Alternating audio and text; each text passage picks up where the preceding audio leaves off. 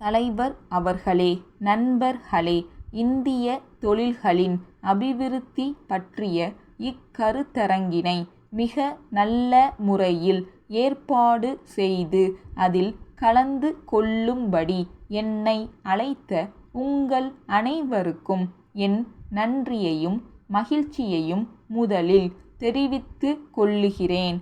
உலகில் தொழில்துறையில் முன்னேற்றம் அடைந்த நாடுகள்தான் பொருளாதார துறையில் சிறந்து விளங்குவதை பார்க்கிறோம்.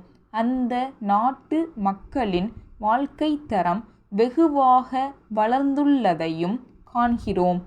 ஆகவே தொழில் வளர்ச்சிக்கு வேண்டிய எல்லா நடவடிக்கைகளையும் மேற்கொள்ள வேண்டியது அரசின் கடமையாகும் என்பதை சுட்டிக்காட்ட விரும்புகிறேன்.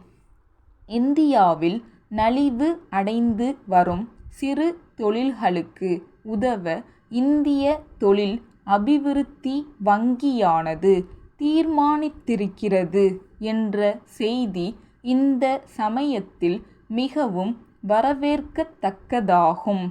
இந்த உதவியை கொண்டு நலிந்த தொழில்களை மீண்டும் சீரமைத்து நடத்தவும் அவைகளை நவீனமயமாக்கவும் முடியும்.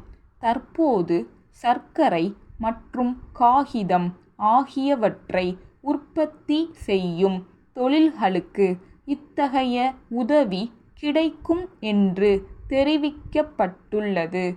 வேறு சில தொழில்களுக்கு உதவுவது பற்றிய அறிக்கை விரைவில் வரும் என்று அறிவிக்கப்பட்டுள்ளது.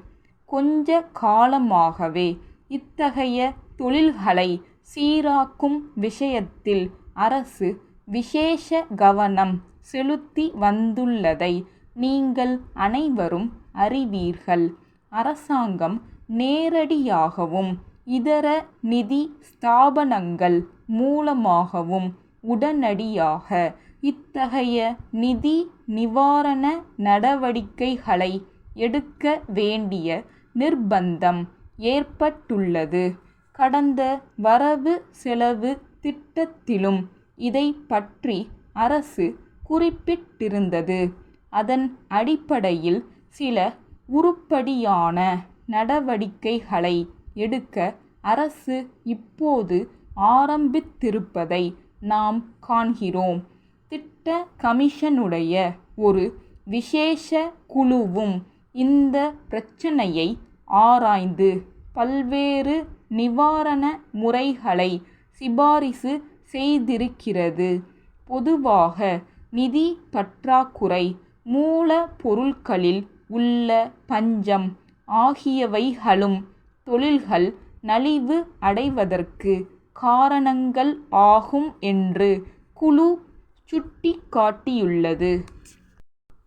தொழில் அபிவிருத்திக்காக அரசு பல திட்டங்களையும் சட்டங்களையும் ஏற்படுத்தி செயல்படுத்தும் போது சிறு தொழில்களுக்கு இம்மாதிரி நிலை ஏற்படுவது பொருத்தமாக இல்லை. இத்தகைய நிலை ஏற்படுவதற்கான காரணங்களை கண்டு அவற்றை பரிசீலனை செய்வதில் கவனம் செலுத்தப்படுவது அவசரமானதொன்றாகும்.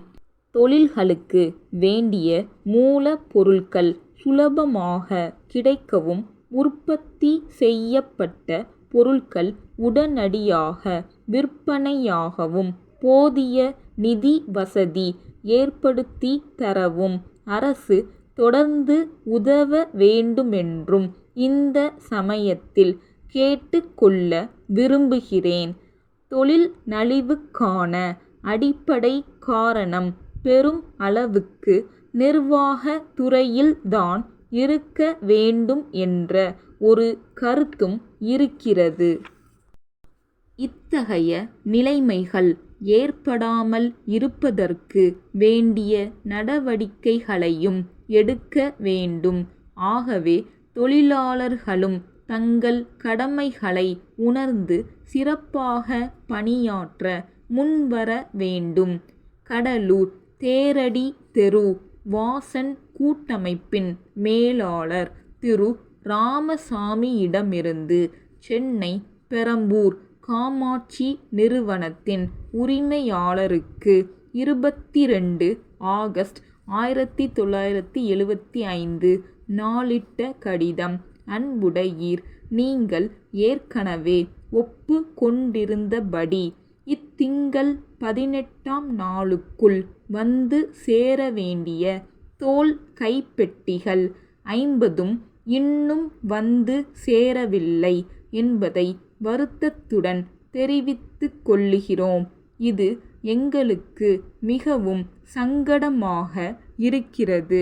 வாடிக்கையாளர்களுக்கு எங்களிடத்தில் உள்ள நல்லெண்ணம் இதனால் ஓரளவுக்கு பாதிக்கப்படுகிறது என்பதை நீங்கள் ஒப்புக்கொள்வீர்கள் என்று நம்புகிறோம். நாங்கள் குறிப்பிட்டிருந்த அளவுகளில் கைப்பெட்டிகள் தற்சமயம் கைவசம் இல்லை என்றால் அவற்றை விட சற்று குறைந்த அளவுகளில் கைப்பெட்டிகள் தயாராக இருக்குமானால் அவற்றை ஏற்றுக்கொள்ள தயாராக இருக்கிறோம். இது பற்றி எங்களுக்கு உடனே தந்தி மூலம் தகவல் அளிக்கும்படி கேட்டுக்கொள்ளுகிறோம். இப்படி அவசரப்படுத்துவதற்காக நாங்கள் உண்மையிலேயே வருந்துகிறோம். ஆனால் இந்த விஷயத்தில் மேலும் கால தாமதம் ஏற்படுமேயானால் எங்களுக்கு பெருத்த நஷ்டம் ஏற்படும். தங்கள் உண்மையுள்ள